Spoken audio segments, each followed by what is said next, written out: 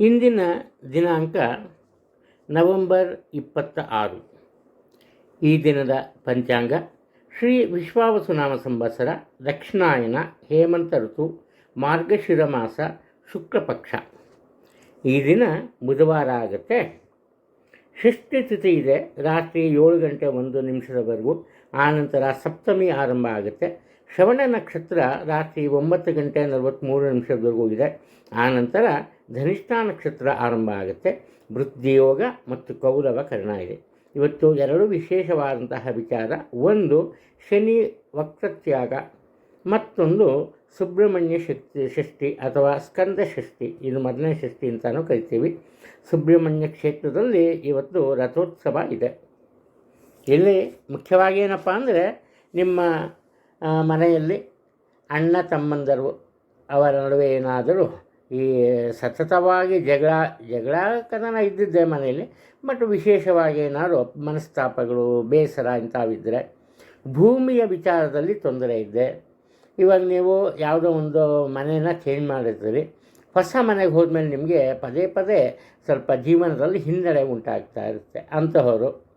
ಹಾಗೆಯೇ ವಿವಾಹ ಮುಂದಕ್ಕೆ ಹೋಗ್ತಾನೆ ಇರುತ್ತೆ. ಇನ್ನೇನೆಲ್ಲ ಒಪ್ಕೊಬಿಟ್ರಪ್ಪ, ಮದುವೆ ಆಗೋಯ್ತು ಅನ್ನೋ ಟೈಮಲ್ಲಿ ಮದುವೆಯ ವಿಚಾರ ಹಾಗೆ ನಿಂತೋಗುತ್ತೆ. ಇಂತಹವರು ಈ ರೀತಿಯ ತೊಂದರೆ. ಹಾಗೆ ಮಕ್ಕಳ ವಿಚಾರದಲ್ಲಿ ತೊಂದರೆ ಇರೋರು, ಗರ್ಭಿಣಿಯರು ಅಂದರೆ 6 ವರ್ಷದ ಒಳಗಡೆ ಇರಬೇಕು ಅವರು, ಇವರು ಇವತ್ತು ಸುಬ್ರಹ್ಮಣ್ಯ ಸ್ವಾಮಿಯ ಪೂಜೆಯನ್ನು ಮಾಡಿದರೆ ವಿಶೇಷವಾದಂತಹ ಫಲಗಳನ್ನು ಖಂಡಿತ ಪಡಿಬೋದು. ಕುಜಿದೋಷ ಇರಲಿ ಅಥವಾ ಸರ್ಪ ಶಾಪ ಇರಲಿ, ದೋಷ ಬೇರೆ ಶಾಪ ಬೇರೆ, ಪ್ರತಿಯೊಂದಕ್ಕೂ ಜನ್ಮ ಕುಂಡಲಿಯಲ್ಲಿಯೇ ಒಂದು ಪರಿಹಾರ ಇರುತ್ತೆ. ಅದನ್ನು ನಾವು ಸಾಮಾನ್ಯವಾಗಿ ಸರಿಯಾಗಿ ಪರಿಶೀಲನೆಯನ್ನು ಮಾಡಿರಲ್ಲ. ಆದ್ದರಿಂದ ಸಾಧ್ಯವಾದಷ್ಟು ಇವತ್ತು ಶ್ರೀ ಸುಬ್ರಹ್ಮಣ್ಯ ಸ್ವಾಮಿಯ ಪೂಜೆಯನ್ನು ಮಾಡಿ ದೇವರ ಕೃಪೆಗೆ ಪಾತ್ರರಾಗಬೇಕು, ಈ ಮೂಲಕ ಕೇಳ್ಕೊತೀನಿ. ಹಾಗೆಯೇ ವಿವಾಹ ಇಲ್ಲದ ಚಿಕ್ಕ ಚಿಕ್ಕ ಮಕ್ಕಳು ಅಂತ ಹೇಳ್ಬೋದು. ಇನ್ನೂ ವಿವಾಹವಿಲ್ಲದೇ ಇರೋರು ಅನ್ನೋದಕ್ಕಿಂತ ಒಂದು 12 ಅಥವಾ 13 ವರ್ಷದ ಮಕ್ಕಳಿಗೆ ಕುಡಿಯೋದಕ್ಕೆ ಹಸಿ ಹಾಲು, ಹಣ್ಣು ಇಂಥವನ್ನೆಲ್ಲ ಕೊಡ್ತು ಅಂದರೆ ಅದರಿಂದನೂ ಸಹ ನಿಮಗೆ ತುಂಬ ಒಳ್ಳೆಯದಾಗುತ್ತೆ. ಒಟ್ಟಾರೆ ಇವತ್ತು ಒಳ್ಳೆಯ ದಿನ. ಯಾವುದೇ ಒಂದು ಕೆಲಸ ಕಾರ್ಯಗಳನ್ನು ಆರಂಭ ಮಾಡಿದರೂ ಏನೂ ದೋಷ ಇಲ್ಲ. ಹಾಗೆ ಆರಂಭವಾಗಿರೋ ಕೆಲಸವನ್ನು ಮುಂದುವರಿಸ್ಕೊಂಡೋಗಿ ಯಾವುದೇ ಒಂದು ರೀತಿಯ ಹಿನ್ನಡೆ ಲಭಿಸಲ್ಲ. ಸುಲಭವಾಗಿ ನಿಮ್ಮ ಕೆಲಸ ಕಾರ್ಯಗಳಲ್ಲಿ ಯಶಸ್ಸನ್ನು ಗಳಿಸ್ತೀರಿ, ಅದರಲ್ಲಿ ಸಂದೇಹ ನಿಮಗೆ ಬೇಡ. ಇನ್ನು ಇಂದಿನ ಸೂರ್ಯೋದಯದ ಅನ್ವಯ ಈ ರಾಹುಕಾಲದ ಬಗ್ಗೆ ಹೇಳಬೇಕು ಅಂದರೆ, ಮಧ್ಯಾಹ್ನ 12 ಗಂಟೆ 10 ನಿಮಿಷದಿಂದ 1 ಗಂಟೆ 35 ನಿಮಿಷದವರೆಗೂ ಇರುತ್ತೆ. ಸಾಮಾನ್ಯವಾಗಿ ಇದನ್ನು ಕರೆಯೋದೇ ನಾವು ಮಠ ಮಧ್ಯಾಹ್ನ ಅಂತ. ಅದೊಂದು ಯಾವುದೇ ಕೆಲಸ ಕಾರ್ಯಗಳನ್ನು ಆರಂಭ ಮಾಡೋದೇ ಇಲ್ಲ. ಆ ನಂತರ ಈ ಯಮಗಂಡ ಕಾಲ ಬೆಳಗ್ಗೆ 7 ಗಂಟೆ 52 ನಿಮಿಷದಿಂದ 9 ಗಂಟೆ 18 ನಿಮಿಷದವರೆಗೂ ಇರುತ್ತೆ. ಈ ಅವಧಿಯಲ್ಲಿ ಪ್ರತಿನಿತ್ಯ ನಾನು ನಿಮಗೆ ಹೇಳ್ತಾನೆ ಬಂದಿದ್ದೀನಿ, ಮನೆಯಿಂದ ಹೊರಗೆ ಪ್ರಯಾಣವನ್ನು ಬೆಳೆಸಬಾರ್ದು, ಹೊಸ ವಾಹನವನ್ನು ಕೊಳ್ಳಬಾರ್ದು, ಹೊಸದಾಗಿ ಔಷಧಿಯನ್ನು ಸೇವನೆ ಮಾಡೋದಕ್ಕೆ ಆರಂಭ ಮಾಡಬಾರ್ದು. ಒಟ್ಟಾರೆ ಯಮಗಂಡ ಕಾಲ ಇರುವಾಗ ಯಾವುದೇ ಭೂಮಿಗೆ ಸಂಬಂಧಪಟ್ಟಂತಹ ಕೆಲಸ ಕಾರ್ಯಗಳನ್ನು ಸಂಪೂರ್ಣ ತ್ಯಜಿಸಬೇಕು. ಇದು ಮುಖ್ಯವಾದಂತಹ ವಿಚಾರ. ಎಲ್ರಿಗೂ ಒಳ್ಳೆಯದಾಗತ್ತೆ. ಎಲ್ಲಿವರೆಗೂ ನಾವು ಒಬ್ಬರಿಗೆ ಒಳ್ಳೆಯದನ್ನು ಕೋರ್ತೀವೋ ಅಲ್ಲಿವರೆಗೂ ದೇವರು ಯಾವುದೋ ಒಂದು ರೂಪದಲ್ಲಿ ನಮಗೆ ಖಂಡಿತವಾಗಿ ಸಹಾಯವನ್ನು ಮಾಡ್ತಾನೆ. ಇದೇ ಸತ್ಯವಾದ ವಿಚಾರ. ಇನ್ನು ಇಂದಿನ ರಾಶಿಕೂಟ ಅಥವಾ ರಾಶಿ ಭವಿಷ್ಯದ ಬಗ್ಗೆ ಸ್ವಲ್ಪ ಗಮನವನ್ನು ಹರಿಸೋಣ ಬನ್ನಿ. ಮೇಷರಾಶಿಯಲ್ಲಿ ಹುಟ್ಟಿರೋರಿಗೆ ಇವತ್ತು ಅನುಕೂಲಕರ ದಿನವಾಗಲಿದೆ. ನಿಮ್ಮ ಕೆಲಸ ಕಾರ್ಯದಲ್ಲಿ ಯಾವುದೇ ರೀತಿಯ ಹಿನ್ನಡೆ ಲಭಿಸಿದರೂ ಕೂಡ ಮುಖ್ಯವಾಗಿ ನಿಮ್ಮ ಸೋದರ ಮಾವನ ಸಹಾಯ ಸಿಗುತ್ತೆ.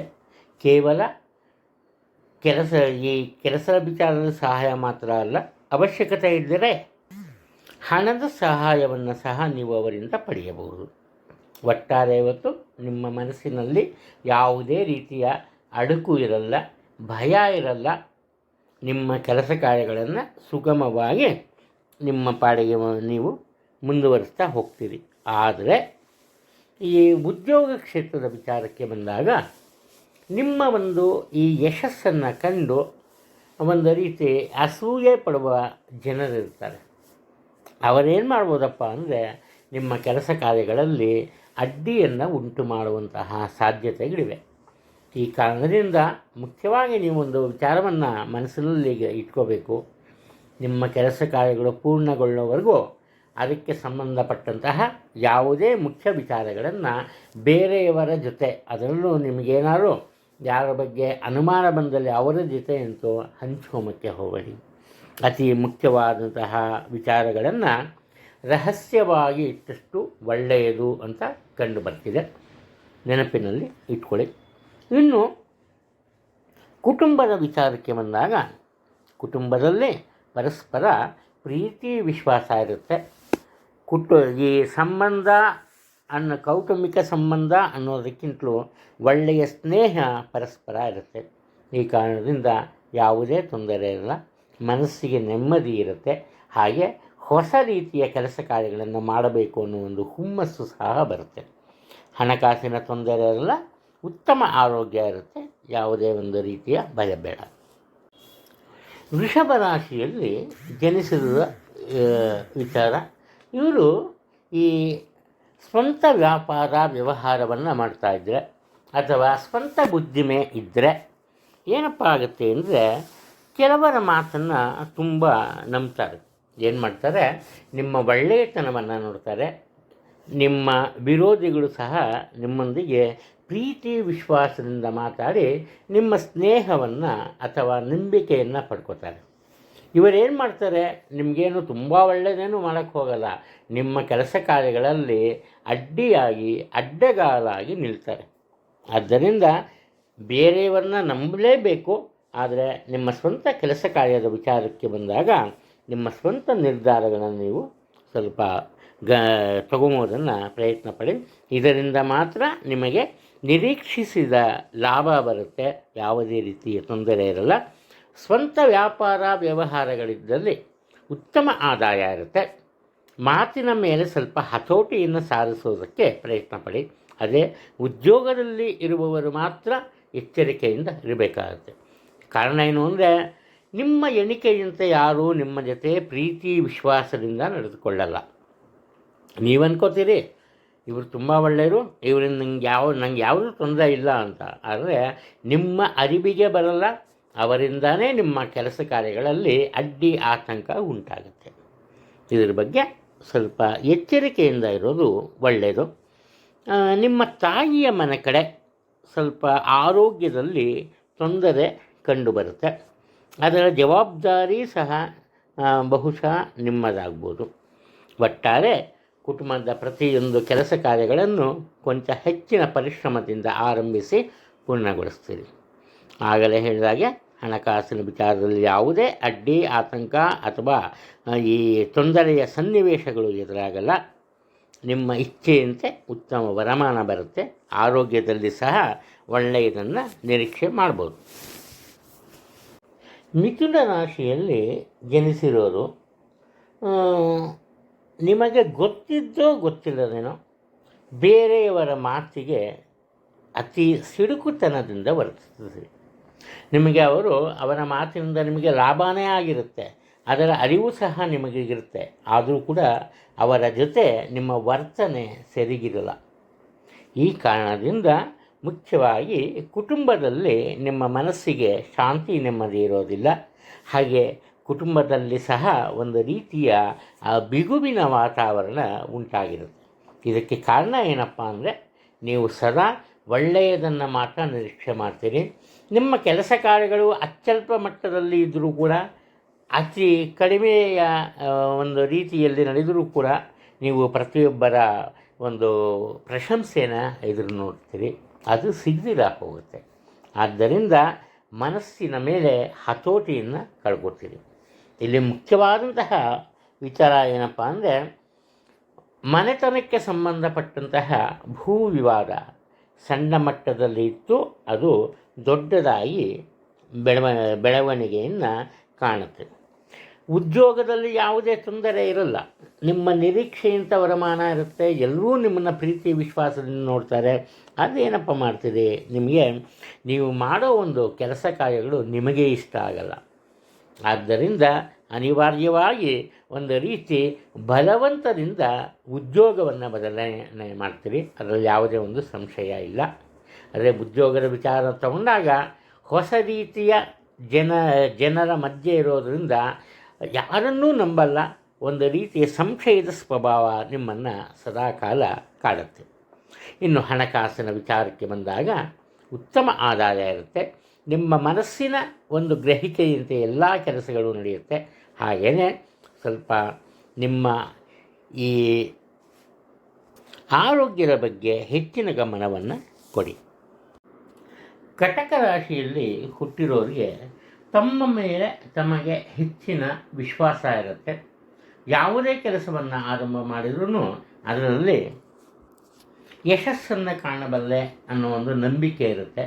ಈ ಕಾರಣದಿಂದ ಇವರು ಏನಪ್ಪ ಮಾಡ್ತಾರೆ ಅಂದರೆ, ಇವರ ಆತ್ಮೀಯರಾಗ್ಬೋದು, ಬಂಧು ಬಳಗದವರಾಗ್ಬೋದು, ಅಥವಾ ಕುಟುಂಬದವರೇ ಆಗ್ಬೋದು, ತಾವಾಗೇ ಇವರ ಹತ್ರ ಬಂದು ಮಾತಾಡೋಕ್ಕೆ ಬಂದರೂ ಕೂಡ ಇವರು ಸ್ವಲ್ಪ ಅವರಿಂದ ದೂರ ಉಳಿಯೋದಕ್ಕೆ ಪ್ರಯತ್ನ ಪಡ್ತಾರೆ. ಒಟ್ಟಾರೆ ಇವತ್ತು ಏಕಾಂಗಿಯಾಗಿ ತಮ್ಮ ಕೆಲಸವನ್ನು ನಿರ್ವಹಿಸ್ತಾರೆ. ಹಾಗೆ ಒಂದು ಸಭೆ ಸಮಾರಂಭ ಆದರೂ ಕೂಡ ಇವರು ಒಂಟಿಯಾಗೆಲ್ಲ ಕೂತಿರ್ತಾರೆ, ಊಟ ಮಾಡ್ತಾರೆ ಅಥವಾ ತಿಂಡಿ ತಿಂತಾರೆ, ವಾಪಸ್ ಹೋಗ್ತಾರೆ. ಯಾರ ಜೊತೆನೂ ಇವರು ಮಾತು ಗೀತು ಏನಿಲ್ಲ ಇವತ್ತು. ಇನ್ನು ಇವರ ಸಹಾಯದಿಂದ ಇವರ ಸೋದರ ಅಥವಾ ಸೋದರಿ ಒಬ್ಬರು ಒಂದು ಸಣ್ಣ ಪ್ರಮಾಣದ ವ್ಯಾಪಾರವನ್ನು ಆರಂಭ ಮಾಡ್ತಾರೆ. ಆದರೆ ಏನಪ್ಪ ಅಂದರೆ, ಆ ವ್ಯವಹಾರದ ಮೇಲೆ ಸಂಪೂರ್ಣ ಹಕ್ಕನ್ನು ಇವರು ಹೊಂದಿರ್ತಾರೆ. ಅದು ಇನ್ನು ಉದ್ಯೋಗ ಕ್ಷೇತ್ರದಲ್ಲಿ ಸಹ ಅಷ್ಟೇ. ಆ ಉದ್ಯೋಗ ಕ್ಷೇತ್ರದಲ್ಲಿ ಆ ಅಧಿಕಾರಿಗಳು ಎಲ್ಲೋ ಇರ್ತಾರೆ, ಅವ್ರ ಪಾಡ್ಗವರು ಅವ್ರ ಕೆಲಸ ಮಾಡಿಕೊಂಡು ಇವರೇನು ಮಾಡ್ತಾರೆ, ಇತರೆ ಸಹೋದ್ಯೋಗಿಗಳ ಮೇಲೆ ದರ್ಬಾರ್ ಮಾಡ್ತಾರೆ. ಆ ಮಾಡೋ ಈ ಮಾಡೋ ಏನೋ ಹೀಗೆ ಪ್ರೆಷರ್ ಹಾಕೋದು. ಈ ಕಾರಣದಿಂದ ಉದ್ಯೋಗ ಕ್ಷೇತ್ರದಲ್ಲಿ ಉತ್ತಮ ಭಾವನೆ ಯಾರಲ್ಲಿನೂ ಇರಲ್ಲ. ಪರಸ್ಪರ ವಾದಾವಿವಾದಗಳಿರುತ್ತೆ. ಈ ವಾದಾವಿವಾದಗಳ ಕಾರಣದಿಂದ ಆರಂಭಿಸಿದ ಕೆಲಸ ಕಾರ್ಯಗಳಲ್ಲಿ ಸಹ ಸ್ವಲ್ಪ ತೊಂದರೆ ಉಂಟಾಗುತ್ತೆ. ಮತ್ತೊಂದೇನಪ್ಪ ವಿಚಾರ ಅಂದರೆ, ಹಣಕಾಸಿನ ಸಂಬಂಧಪಟ್ಟಂತೆ ಉತ್ತಮ ಆದಾಯ ಇರುತ್ತೆ. ಖರ್ಚು ವೆಚ್ಚಗಳನ್ನು ಕಡಿಮೆ ಮಾಡ್ತಾರೆ. ಆರೋಗ್ಯದ ಬಗ್ಗೆ ಯಾವುದೇ ಒಂದು ತೊಂದರೆ ಅಥವಾ ಅಪನಂಬಿಕೆ ಬೇಡ. ಒಳ್ಳೆಯ ಆರೋಗ್ಯವನ್ನು ಕಾಪಾಡಿಕೊಳ್ತೀರಿ ಒಳ್ಳೆಯ ರೀತಿಯ ಜೀವನ ಶೈಲಿಯಿಂದ. ಸಿಂಹರಾಶಿಯಲ್ಲಿ ಹುಟ್ಟಿರೋರು ನೀವೇನು ಮಾಡ್ತೀರಿ, ಕುಟುಂಬದಲ್ಲಿ ಸಹ ನಿಮಗೆ ಸಂಪೂರ್ಣವಾದಂತಹ ಸ್ವತಂತ್ರವನ್ನು ನೀಡುತ್ತಾರೆ. ಅಂದರೆ ನೀನು ಯಾವುದೇ ವಿಚಾರಕ್ಕೆ ಯೋಚನೆ ಮಾಡಬೇಡ, ನಿನ್ನ ಪಾಡಿಗೆ ನೀನು ನಿನ್ನ ಕೆಲಸ ಕಾರ್ಯಗಳನ್ನು ಮುಂದುವರಿಸ್ಕೊಂಡು ಹೋಗು, ಇದೇ ರೀತಿ ಒಂದು ರೀತಿಯಲ್ಲಿ ಹೇಳಿರ್ತಾರೆ. ಅದು ಇವರೇನು ಮಾಡ್ತಾರೆ, ಸ್ವತಂತ್ರವಾಗಿ ಯಾವುದೇ ರೀತಿಯ ಕಾರ್ಯಗಳನ್ನು ಮಾಡೋದಕ್ಕೆ ಹೋಗಲ್ಲ.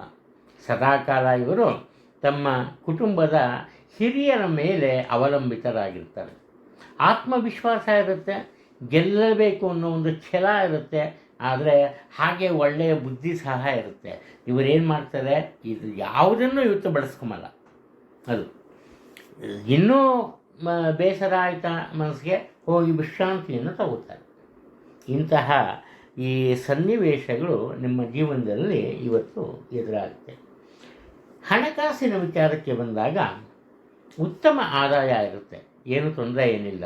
ಆದರೆ ನೀವೇನಾದರೂ ನಿಮ್ಮ ತಂದೆ ಅಥವಾ ಕುಟುಂಬದ ಹಿರಿಯರಿಗೆ ಸಂಬಂಧಪಟ್ಟಂತಹ ಹಣದ ಸಹಾಯದಿಂದ ಯಾವುದೇ ಕೆಲಸ ಕಾರ್ಯಗಳನ್ನು ಆರಂಭ ಮಾಡಿದರೂ ಕೂಡ ಅದರಲ್ಲಿ ಖಂಡಿತವಾಗಿ ಹಿನ್ನಡೆ ಲಭಿಸುತ್ತೆ. ಸಂತಾನ ವಿಚಾರಕ್ಕೆ ಬಂದಾಗ ಗರ್ಭಿಣಿ ಸ್ತ್ರೀಯರು ಎಚ್ಚರಿಕೆಯಿಂದ ಇರಬೇಕು. ಚಿಕ್ಕ ಪುಟ್ಟ ವಯಸ್ಸಿನ ಮಕ್ಕಳ ಆರೋಗ್ಯದಲ್ಲಿ ಸ್ವಲ್ಪ ಹಿನ್ನಡೆ ಕಂಡು ಬರುತ್ತೆ.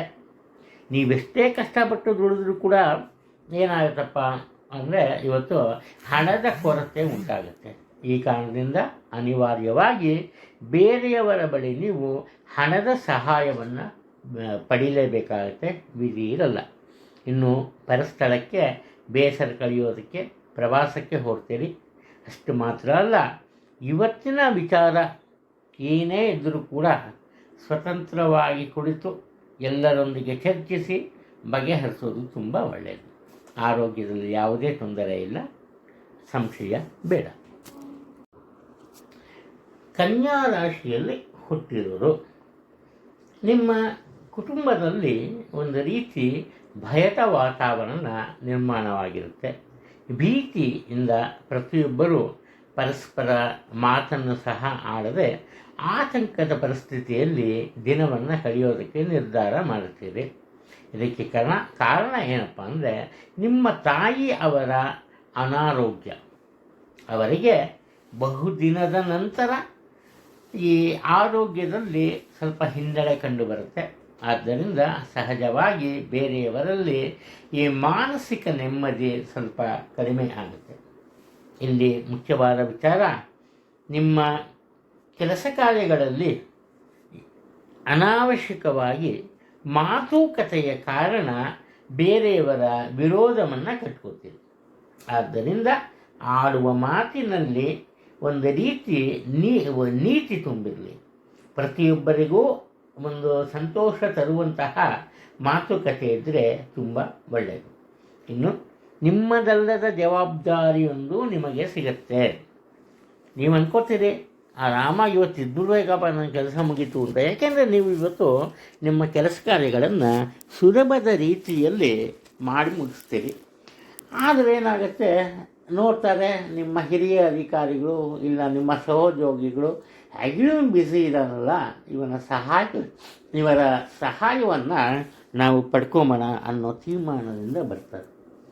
ಒಟ್ಟಾರೆ ಈ ವಿಶ್ರಾಂತಿ ಇಲ್ಲದ ಜೀವನ, ನೆಮ್ಮದಿ ಇಲ್ಲದ ಜೀವನ.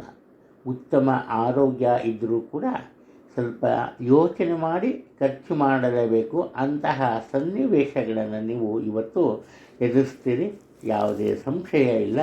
ಹಣಕಾಸಿನ ತೊಂದರೆ ಇರಲ್ಲ, ಉತ್ತಮ ಆರೋಗ್ಯ ಇರುತ್ತೆ. ಆದರೆ ಮಾನಸಿಕ ಒಂದು ಶಕ್ತಿಯನ್ನು ಹೆಚ್ಚಿಸಿಕೊಳ್ಳೋದಕ್ಕೆ ಸ್ವಲ್ಪ ಪ್ರಯತ್ನವನ್ನು ಪಡೋದು ಒಳ್ಳೆಯದು. ತುಲಾ ರಾಶಿಯಲ್ಲಿ ಹುಟ್ಟಿರೋರು ಮುಖ್ಯವಾಗಿ ಇವತ್ತು ವಿದ್ಯಾರ್ಥಿಗಳ ವಿಚಾರದಲ್ಲಿ ವಿಶೇಷವಾದಂತಹ ಕಾಳಜಿಯನ್ನು ತಗೋಬೇಕು. ಅವರ ಓದಿನ ಬಗ್ಗೆ ಹೆಚ್ಚಿನ ಒಂದು ಗಮನವನ್ನು ಪೋಷಕರು ಅಥವಾ ತಂದೆ ತಾಯಿ ನೀಡಬೇಕು. ಕಾರಣ ಏನಪ್ಪ ಅಂದರೆ, ಇವತ್ತು ಈ ಮಕ್ಕಳ ಮನಸ್ಸಿನಲ್ಲಿ ಯಾವುದೋ ಒಂದು ರೀತಿಯ ಯೋಚನೆ ಇರುತ್ತೆ. ಮಕ್ಕಳಿಗೆ ಯೋಚನೆ ಬರಬಾರ್ದು ಅಂತೇನಿಲ್ವಲ್ಲ, ಕಂಡೀಷನ್ ಏನಿಲ್ಲ, ಕಾನೂನು ಇಲ್ವಲ್ಲ, ಅವರಿಗೂ ಸಹ ಯೋಚನೆ ಇರುತ್ತೆ. ಹಾಗೆಯೇ ಮನಸ್ಸಿನಲ್ಲಿ ಒಂದು ರೀತಿಯ ಬೇಸರ ಮನೆ ಮಾಡಿರುತ್ತೆ. ಈ ಕಾರಣದಿಂದ ಅವರು ಈ ತಮ್ಮ ಎಂದಿನ ಈ ಕಲಿಕೆಯಲ್ಲಿ ಸ್ವಲ್ಪ ಹಿಂದೆ ಉಳಿಯುವಂತಹ ಸಾಧ್ಯತೆಗಳಿವೆ. ಇನ್ನು ಕುಟುಂಬದಲ್ಲಿ ಮುಖ್ಯವಾಗಿ ಮಕ್ಕಳ ವಿಚಾರಕ್ಕೇನೆ ಸ್ವಲ್ಪ ಹೆಚ್ಚಿನ ಈ ಗಂಭೀರತೆ ಅಥವಾ ಯೋಚನೆ, ಒತ್ತಡ ಉಂಟಾಗಿರುತ್ತೆ. ಕಾರಣ ಏನು ಅಂದರೆ, ಕುಟುಂಬದಲ್ಲಿರೋ ಚಿಕ್ಕ ವಯಸ್ಸಿನ ಮಕ್ಕಳು ಅಂದರೆ ಎಳೆ ಮಕ್ಕಳು ಅಂತೀವಲ್ಲ, ಸುಮಾರು ಒಂದು 3 ವರ್ಷದ ಒಳಗಿನ ಮಕ್ಕಳಿಗೆ ಆರೋಗ್ಯದ ಸಮಸ್ಯೆ ಸಹ ಉಂಟಾಗುತ್ತೆ. ಇದು ಬಿಟ್ಟರೆ ಕುಟುಂಬದಲ್ಲಿ ಬೇರೆ ಯಾವುದೇ ರೀತಿಯ ತೊಂದರೆಗಳು ಕಂಡುಬರಲ್ಲ. ಉದ್ಯೋಗ ಕ್ಷೇತ್ರದ ವಿಚಾರಕ್ಕೆ ಬಂದಾಗ ಏನಾಗುತ್ತೆ, ನೀವೇನೋ ತುಂಬ ಖುಷಿಯಿಂದ ತುಂಬ ಆಸಕ್ತಿಯಿಂದ ನಿಮ್ಮ ಕೆಲಸ ಕಾರ್ಯಗಳನ್ನು ನೆರವೇರಿಸೋದಕ್ಕೆ ಮುಂದುವರಿಸೋದಕ್ಕೆ ಪ್ರಯತ್ನ ಪಡ್ತೀರಿ. ಆದರೆ ಇದ್ದಕ್ಕಿದ್ದಂತೆ ದಿಢೀರನ್ನೇ ನಿಮ್ಮ ಆರೋಗ್ಯದಲ್ಲಿ ಏರುಪೇರು ಉಂಟಾಗುತ್ತೆ. ದೈಹಿಕವಾಗಿ ಬಳಲುತ್ತೀರಿ, ದೈಹಿಕ ಶಕ್ತಿಯ ಕೊರತೆ ಕಂಡುಬರುತ್ತೆ. ಇದರಿಂದ ಯಾವುದೇ ಕೆಲಸ ಕಾರ್ಯಗಳನ್ನು ಮುಂದುವರಿಸೋದಕ್ಕೆ ಸಾಧ್ಯ ಆಗಲ್ಲ. ಇನ್ನು ಕುಟುಂಬದ ಹಿರಿಯ ಮಗ ಅಥವಾ ಹಿರಿಯ ಮಗಳು ನೀವಾಗಿದ್ದಲ್ಲಿ ನೀವು ಈ ವಾಹನವನ್ನು ಚಲಾಯಿಸುವ ವೇಳೆ ಎಚ್ಚರಿಕೆಯಿಂದ ಇರಬೇಕು. ಹಣಕಾಸಿನ ವಿಚಾರದಲ್ಲಿ ಯಾವುದೇ ತೊಂದರೆ ಇರಲ್ಲ. ಇರುವ ಒಂದು ವರಮಾನದಲ್ಲಿ ಸಂತೋಷದಿಂದ ಜೀವನವನ್ನು ಕಳಿತೀರಿ. ಹಾಗೆ ಆರೋಗ್ಯದ ಬಗ್ಗೆಯೂ ಯೋಚನೆ ಬೇಡ, ಉತ್ತಮ ಆರೋಗ್ಯ ನಿಮಗಿರುತ್ತೆ.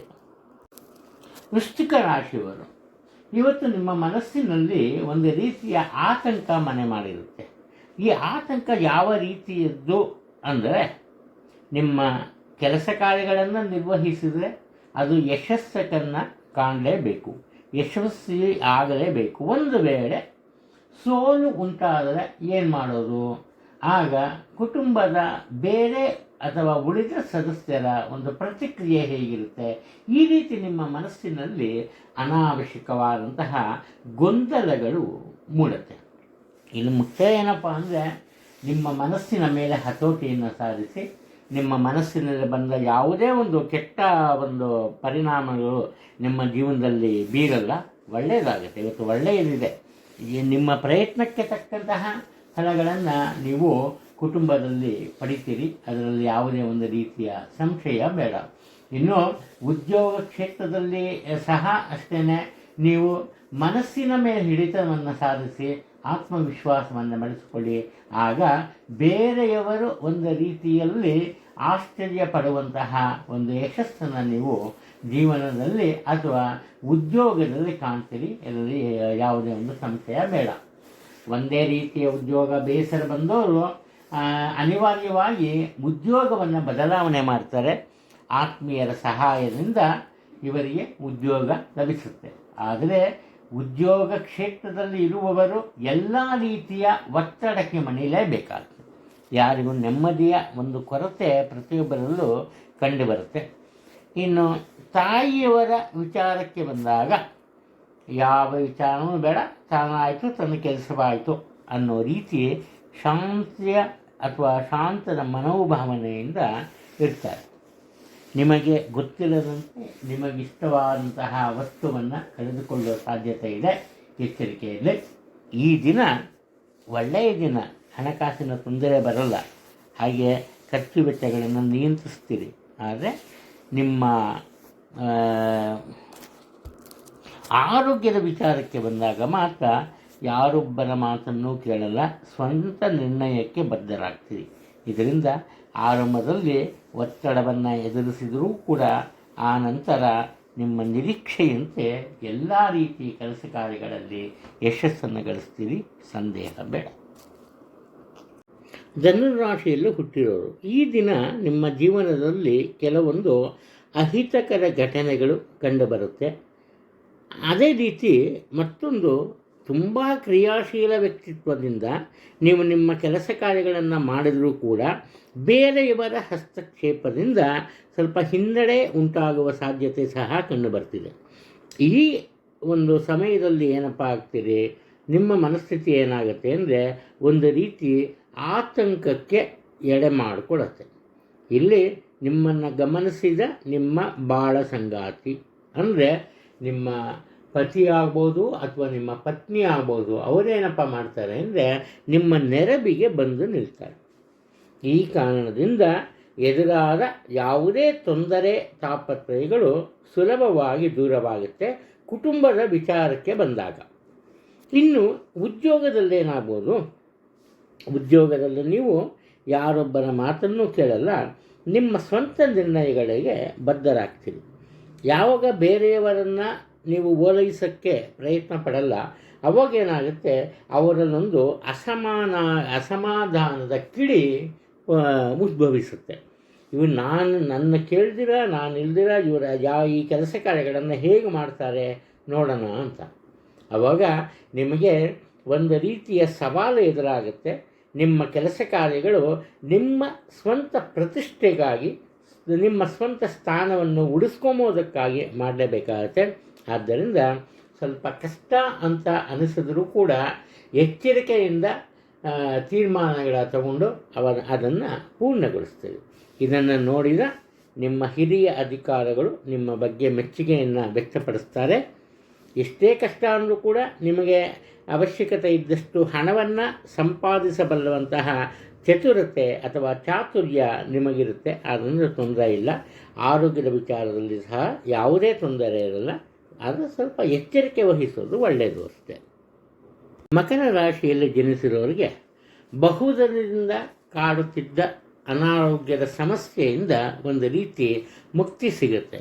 ಇದಕ್ಕೆ ಕಾರಣ ನಿಮ್ಮ ಆತ್ಮೀಯರಿಂದ ಸಿಗೋ ಒಂದು ಒಳ್ಳೆಯ ವೈದ್ಯಕೀಯ ಸಲಹೆ ಸೂಚನೆಗಳು ಇದು ಕಂಡುಬರುತ್ತೆ. ಯಾವುದೇ ರೀತಿಯ ಕೆಲಸ ಕಾರ್ಯಗಳನ್ನು ಮಾಡೋಕ್ಕೆ ಹೋದರೂ ಕೂಡ ಸ್ವಲ್ಪ ಎಚ್ಚರಿಕೆ ಇರಬೇಕು. ಕಾರಣ ಏನಪ್ಪ ಅಂದರೆ, ನಿಮ್ಮ ಕೆಲಸ ಕಾರ್ಯವನ್ನು ನಿರ್ವಹಿಸುವ ವೇಳೆ ನಿಮಗೆ ತೊಂದರೆ ಆಗುವಂತಹ ಸಾಧ್ಯತೆ ಇದೆ. ತೊಂದರೆ ಆಗೋದು ಅಂದರೆ ಇನ್ನೇನು ದೊಡ್ಡ ಮಟ್ಟದಲ್ಲಿ ಆಗ್ಬಿಡುತ್ತೆ. ಯಾಕೆಂದ್ರೆ ಪೇಪರಲ್ಲಿ ನಾವು ನಿತ್ಯ ನೋಡಿ ನೋಡಿ ನೋಡಿ ಭಯಪಟ್ಟಿರ್ತೀವಿ. ದೊಡ್ಡ ಮಟ್ಟದಲ್ಲಿ ಏನೋ ಆಗ್ಬಿಡುತ್ತೆ ಅಂತ ಯೋಚನೆ ಮಾಡೋಕ್ಕೆ ಹೋಗಬೇಡಿ. ಉದಾಹರಣೆ ಅದು ಹೇಗಪ್ಪ ಅಂದರೆ, ಫಾರ್ ಎಕ್ಸಾಂಪಲ್ ಒಂದು ಪೇಪರ್ ಇರುತ್ತೆ. ಆ ಪೇಪರ್ನ ಕಟ್ ಮಾಡಬೇಕು. ಕಟ್ ಮಾಡೋಕ್ಕೆ ಒಂದು ಬ್ಲೇಡ್ ತೊಗೋತೀರಿ. ಬ್ಲೇಡ್ನಲ್ಲಿ ಕಟ್ ಮಾಡೋಕ್ಕೆ ಹೋಗುವಾಗ ನಿಮ್ಮ ಕೈಗೆ ಚೂರು ಗಾಯ ಆಗ್ಬೋದು. ಆ ಗಾಯ ಏನಾಗುತ್ತೆ, ಇನ್ಫೆಕ್ಷನ್ ಆಗಿ ದೊಡ್ಡ ಮಟ್ಟದ ತೊಂದರೆಯನ್ನು ಉಂಟು ಮಾಡುತ್ತೆ. ಇಲ್ಲಿ ಒಂದೇ ಒಂದು ವಿಚಾರ, ನಿಮ್ಮ ಆರೋಗ್ಯದ ಬಗ್ಗೆ ಹೆಚ್ಚಿನ ಕಾಳಜಿ ಇರಬೇಕು. ಯಾವುದೇ ವಿಚಾರ ಸಣ್ಣದಾಗಲಿ ಅಥವಾ ದೊಡ್ಡದಾಗಲಿ ಅದನ್ನು ಕಡೆಗಣ್ಣಿನಿಂದ ನೋಡಬಾರ್ದು, ನೆಗ್ಲಿಜೆನ್ಸ್ ಇರಬಾರ್ದು ಅಷ್ಟೇ. ಅದರ ಬಗ್ಗೆ ಸ್ವಲ್ಪ ಗಮನವನ್ನು ತಗೊಳ್ಳಿ. ಅದು ಬಿಟ್ಟು ಬೇರೆ ಏನು ತೊಂದರೆ ಇರಲ್ಲ. ಇನ್ನು ಈ ಉದ್ಯೋಗದ ವಿಚಾರಕ್ಕೆ ಬಂದಾಗ, ಉದ್ಯೋಗದಲ್ಲಿ ಬಡ್ತಿ ದೊರೆತು ದೂರದ ಊರಿಗೆ ಪ್ರಯಾಣವನ್ನು ಅನಿವಾರ್ಯವಾಗಿ ಮಾಡಲೇಬೇಕಾಗತ್ತೆ. ಒಟ್ಟಾರೆ ನಿಮಗೆ ಇವಾಗ ಸ್ಥಾನಪಲ್ಲಟ ಯೋಗ ಇದೆ. ಒಂದು ವೇಳೆ ಉದ್ಯೋಗದಲ್ಲಿ ಆಗಲಿಲ್ಲ, ಏನಪ್ಪ ಆಗುತ್ತೆ ಅಂದರೆ, ನೀವು ಮನೆಯನ್ನು ಬದಲಾಯಿಸುವಂತಹ ಸಾಧ್ಯತೆಗಳಿವೆ. ಸ್ವಂತ ಮನೆ ತೊಗೊಂಡು ಹೋಗ್ಬೋದು ಅಥವಾ ಬೇರೆ ಕಡೆ ಇನ್ನೊಂದು ಕಡೆ ಶಿಫ್ಟ್ ಆಗ್ಬೋದು. ಹಣಕಾಸಿನ ವಿಚಾರಕ್ಕೆ ಬಂದಾಗ ನಿರೀಕ್ಷಿಸಿದ ಯಶಸ್ಸು ಹಣ ಗಳಿಕೆಯ ವಿಚಾರದಲ್ಲಿ ನಿಮಗೆ ಸಿಗುತ್ತೆ. ನಿಮಗೆ ಅವಶ್ಯಕವಾದಂತಹ ಹಣ ನಿಮ್ಮ ಕೈ ಸೇರುತ್ತೆ. ಆರೋಗ್ಯದ ವಿಚಾರದಲ್ಲಿಯೂ ಸಹ ಸಣ್ಣ ಪುಟ್ಟ ತೊಂದರೆ ಕಂಡು ಬಂದರೆ ಭಯ ಪಡಬೇಡಿ, ಒಳ್ಳೆಯ ಅದು ಮೇಲಾಗುತ್ತೆ. ನೀವು ಯಥಾ ಪ್ರಕಾರ ಆರೋಗ್ಯದಿಂದಲೇ ದಿನವನ್ನು ಕಳೆಯೋದಕ್ಕೆ ಸಾಧ್ಯವಾಗುತ್ತೆ. ಕುಂಭರಾಶಿಯಲ್ಲಿ ಜನಿಸಿದವರು ಒಂದು ರೀತಿಯಲ್ಲಿ ಅದೃಷ್ಟದ ದಿನವಾಗುತ್ತೆ. ಕಾರಣ ಏನಪ್ಪ ಅಂದರೆ, ನಿಮಗೆ ಕೆಲವೊಂದು ಕೆಲಸ ಕಾರ್ಯಗಳಲ್ಲಿ ಯಾವುದೇ ಒಂದು ಆಸಕ್ತಿ ಇರಲ್ಲ. ಆ ಕಾರಣದಿಂದ ಆ ಕೆಲಸ ಕಾರ್ಯಗಳನ್ನು ನೀವು ಮಾಡೋದಕ್ಕೆ ಹೋಗೋದೇ ಇಲ್ಲ. ಇಲ್ಲೇನಪ್ಪ ಆಗುತ್ತೆ ಅಂದರೆ, ಅಂತಹ ಸನ್ನಿವೇಶದಲ್ಲಿ ನಿಮ್ಮ ಆತ್ಮೀಯರ ಸಹಾಯ ಸಿಗುತ್ತೆ. ವಿಧಿ ಇಲ್ಲದೆ ನೀವು ಕೆಲಸ ಕಾರ್ಯಗಳನ್ನು ಆರಂಭ ಮಾಡ್ತೀರಿ. ಆದರೆ ನಿಮ್ಮ ನಿರೀಕ್ಷೆ ಇಲ್ಲದೆ ಹೋದರೂ ಕೂಡ ಉತ್ತಮವಾದಂತಹ ಪ್ರತಿಕ್ರಿಯೆ ಮತ್ತು ಉತ್ತಮವಾದಂತಹ ಫಲಿತಾಂಶ ನಿಮ್ಮ ಪಾಲಿಗೆ ಸಿಗುತ್ತೆ. ಇದರಿಂದ ನಿಮ್ಮ ಕುಟುಂಬದಲ್ಲಿ ಸಹ ಯಾವುದೇ ಒಂದು ಹಿನ್ನಡೆ ಇರಲ್ಲ. ಕುಟುಂಬದ ಎಲ್ಲ ಕೆಲಸಗಳನ್ನು ಸರಿತೂಗಿಸಿಕೊಂಡು ಹೋಗುವಂತಹ ಸಾಧ್ಯತೆಗಳಿವೆ. ಹಾಗೆಯೇ ಮುಖ್ಯವಾದ ವಿಚಾರ ಏನಪ್ಪ ಅಂದರೆ, ಮಾತುಕತೆಯ ಮೇಲೆ ಸ್ವಲ್ಪ ಎಚ್ಚರಿಕೆ ಇರಬೇಕು. ನಿಮ್ಮ ಮಾತು ಎಲ್ಲರಿಗೂ ಅರ್ಥವಾಗುವಂತಹ ರೀತಿಯಲ್ಲಿರಬೇಕು.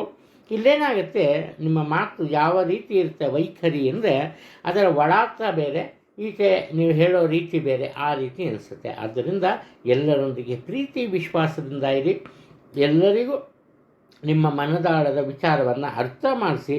ಆವಾಗ ನಿಮ್ಮ ಜೀವನದಲ್ಲಿ ಯಾವುದೇ ರೀತಿಯ ತೊಂದರೆಗಳು ಕಂಡು ಬರಲ್ಲ. ಕೇವಲ ಕುಟುಂಬದ ವಿಚಾರ ಅಲ್ಲ, ಉದ್ಯೋಗದ ವಿಚಾರದಲ್ಲಿಯೂ ಸಹ ಅಷ್ಟೇ. ನಿಮ್ಮ ಮನಸ್ಸು ಎಷ್ಟೇ ಒಳ್ಳೆಯದಾಗಿರಲಿ, ನಿಮ್ಮ ರೀತಿ ನೀತಿ ಎಷ್ಟೇ ಒಳ್ಳೆಯದಾಗಿರಲಿ, ನಿಮ್ಮ ಮನಸ್ಸಿನಲ್ಲಿರುವ ಆ ಒಳ್ಳೆಯತನ ಮಾತಿನ ರೂಪದಲ್ಲಿ ಬರಬೇಕು. ದುಡುಕುತನದಿಂದ ಮಾತನಾಡಿದರೆ ನೀವು ಕುಟುಂಬದ ವಿಚಾರದಲ್ಲಾಗ್ಬೋದು, ಉದ್ಯೋಗದಲ್ಲಾಗ್ಬೋದು ತೊಂದರೆಯನ್ನು ಎದುರಿಸ್ತೀರಿ. ಅದರಲ್ಲಿ ಯಾವುದೇ ಒಂದು ಸಂಶಯ ಇಲ್ಲ. ಇನ್ನು ಉತ್ತಮ ಆದಾಯ ಇರುತ್ತೆ. ಆದಾಯದ ಬಗ್ಗೆ ಯಾವುದೇ ತೊಂದರೆ ಇರಲ್ಲ. ಆದರೆ ಖರ್ಚು ವೆಚ್ಚಗಳ ಮೇಲೆ ನೀವು ಹಿಡಿತವನ್ನು ಸಾಧಿಸೋದಕ್ಕೆ ವಿಫಲರಾಗ್ತೀರಿ. ಆರೋಗ್ಯದ ವಿಚಾರಕ್ಕೆ ಬಂದಾಗ ಸಣ್ಣ ಪುಟ್ಟ ವಿಚಾರಗಳಿಗೂ ಕೂಡ ಹೆಚ್ಚಿನ ಒಂದು ಶಕ್ತಿಯನ್ನು ವಿನಿಯೋಗಿಸ್ತೀರಿ. ಹಾಗೆ ಮಾನಸಿಕ ಒತ್ತಡಕ್ಕೆ ಒಳಗಾಗ್ತೀರಿ. ಇದರಿಂದ ದೈಹಿಕವಾಗಿ ಸಹ ಒಂದು ಆ ಶಕ್ತಿಯನ್ನು ಕಳ್ಕೋತೀರಿ, ಮಾನಸಿಕವಾಗಿ ಸಹ ಶಕ್ತಿಯನ್ನು ಕಳ್ಕೊತೀರಿ. ಅದರಿಂದ ಎಚ್ಚರಿಕೆಯನ್ನು ಮುನ್ನಡೆದು ಯಾವುದೇ ರೀತಿಯ ತೊಂದರೆ ಉಂಟಾಗಲ್ಲ. ಮೀನರಾಶಿಯಲ್ಲಿ ಜನಿಸಿರೋರು, ಇಲ್ಲೇನಾಗುತ್ತೆ, ನಿಮ್ಮ ಆತ್ಮೀಯರಿಂದ ಅಥವಾ ಕುಟುಂಬದ ಸದಸ್ಯರಿಂದ ಇಲ್ಲ ಬಂಧು ಬಳಗದವರಿಂದ ಏನಾಗುತ್ತೆ, ನಿಮಗೆ ಸಾಕಷ್ಟು ಸಹಾಯ ಸಹಕಾರ ಸಿಗುತ್ತೆ. ಅವರೇ ತುಂಬ ಮುತುವರ್ಜಿಯನ್ನು ತಗೊಂಡು ನಿಮಗೆ ಉದ್ಯೋಗವನ್ನು ಕೊಡಿಸಿರ್ತಾರೆ. ಇಲ್ಲೇನಾಗುತ್ತೆ, ನಿಮಗೆ ಅನಗತ್ಯವಾದಂತಹ ಆತ್ಮವಿಶ್ವಾಸ. ಹಾಗೆಯೇ ಒಂದು ರೀತಿ ನಾನು ಯಾರ ಮೇಲೂ ಡಿಪೆಂಡ್ ಆಗಬಾರ್ದು, ಯಾರಿಂದನೂ ನಾನು ಕೆಟ್ಟ ಹೆಸರು ಪಡಿಬಾರ್ದು, ಇಂತಹ ಒಂದು ಭಾವನೆ ಇರುತ್ತೆ. ಆದ್ದರಿಂದ ನೀವು ಇರೋ ಉದ್ಯೋಗವನ್ನು ಬಿಡ್ತೀರಿ, ಬೇರೆ ಉದ್ಯೋಗಕ್ಕೆ ಸೇರ್ಕೋತೀರಿ. ಇದು ಈ ಕಾರಣದಿಂದ ಏನಪ್ಪ ಆಗುತ್ತೆ ಅಂದರೆ, ಈ ಕುಟುಂಬದಲ್ಲಿ ಅನಾವಶ್ಯಕವಾದಂತಹ ವಾದ ವಿವಾದಗಳು ಶುರುವಾಗುತ್ತೆ. ಅನಾವಶ್ಯಕವಾಗಿ ನೀವೇ ಒಂದು ಈ ಮನಸ್ತಾಪಕ್ಕೆ ಕಾರಣರಾಗ್ತೀರಿ. ಆದ್ದರಿಂದ ನಿಮ್ಮ ಕೆಲಸ ಕಾರ್ಯಗಳ ಬಗ್ಗೆ, ತೆಗೆದುಕೊಳ್ಳುವ ತೀರ್ಮಾನಗಳ ಬಗ್ಗೆ ಸ್ವಲ್ಪ ಎಚ್ಚರಿಕೆಯನ್ನು ವಹಿಸಿ. ಇನ್ನು ಉದ್ಯೋಗ ಕ್ಷೇತ್ರದಲ್ಲಿ ತಗೋಬೇಕು ಅಂದರೆ, ಯಾವುದೇ ವಿಚಾರವಾಗಿ ನೀವು ಸೂಕ್ತವಾದ ನಿರ್ಧಾರವನ್ನು ತಗೊಂಬುದರಲ್ಲಿ ವಿಫಲರಾಗ್ತೀರಿ. ಬೇರೆಯವರೆಲ್ಲ ತಮ್ಮ ಕೆಲಸ ಕಾರ್ಯಗಳನ್ನು ಮಾಡ್ಕೊಂಡು ಹೋಗ್ತಾರೆ, ತಮ್ಮ ಜವಾಬ್ದಾರಿಗಳನ್ನು ಪೂರೈಸ್ತಾರೆ. ಇಲ್ಲಿ ನೀವೇನು ಮಾಡ್ತೀರಿ, ನಿಮ್ಮ ಕೆಲಸ ಕಾರ್ಯಗಳನ್ನು ಮುಂದಕ್ಕೆ ಹಾಕ್ತಾ ಹೋಗ್ತೀರಿ. ಇವತ್ತಿನ ಕೆಲಸವನ್ನು ಇವತ್ತೇ ಮಾಡಬೇಕು, ಅದನ್ನು ಮುಂದಕ್ಕೆ ಹಾಕಕ್ಕೆ ಹೋಗಬಾರ್ದು ಅನ್ನೋ ಒಂದು ಸ್ಥೈರ್ಯ, ಆತ್ಮವಿಶ್ವಾಸ ಮತ್ತು ದೃಢವಾದ ನಿರ್ಧಾರವನ್ನು ತಗೊಳ್ಳಿ. ಆಗ ಮಾತ್ರ ನಿಮಗೆ ಇವತ್ತು ಯಶಸ್ಸು ಸಿಗುತ್ತೆ, ಯಾವುದೇ ರೀತಿ ತೊಂದರೆ ಉಂಟಾಗಲ್ಲ. ಇನ್ನು ವಂಶದ ಹಳೆಯ ಮನೆ ಅದನ್ನು ಪುನರುಜ್ಜೀವನಗೊಳಿಸ್ತೀರಿ ಅಂದರೆ, ಅದನ್ನು ಸರಿ ಮಾಡಿ ವಿಸ್ತರಿಸ್ತೀರಿ. ಅದಕ್ಕೋಸ್ಕರ ಹೆಚ್ಚಿನ ಹಣದ ಅವಶ್ಯಕತೆ ಇರುತ್ತೆ. ಆರೋಗ್ಯದ ಬಗ್ಗೆ ಯೋಚನೆ ಬೇಡ, ಆದರೆ ಸ್ವಲ್ಪ ಹೆಚ್ಚಿನ ಯೋಚನೆ ಮಾಡಿದರೆ, ಬಿಡುವಿಲ್ಲದ ಕೆಲಸ ಕಾರ್ಯಗಳನ್ನು ಮಾಡಿದರೆ ಮಾನಸಿಕವಾಗಿ ಅಥವಾ ತಲೆನೋವಿನಿಂದ ಬಳಲ್ತೀರಿ, ಇಲ್ಲ ಮಾನಸಿಕವಾಗಿ ಸ್ವಲ್ಪ ಕುಗ್ಗೋಗ್ತೀರಿ. ಅದ್ರ ಬಗ್ಗೆ ಸ್ವಲ್ಪ ಎಚ್ಚರಿಕೆಯಿಂದ ಇರಿ, ಇನ್ನೇನು ತೊಂದರೆ ಇರಲ್ಲ.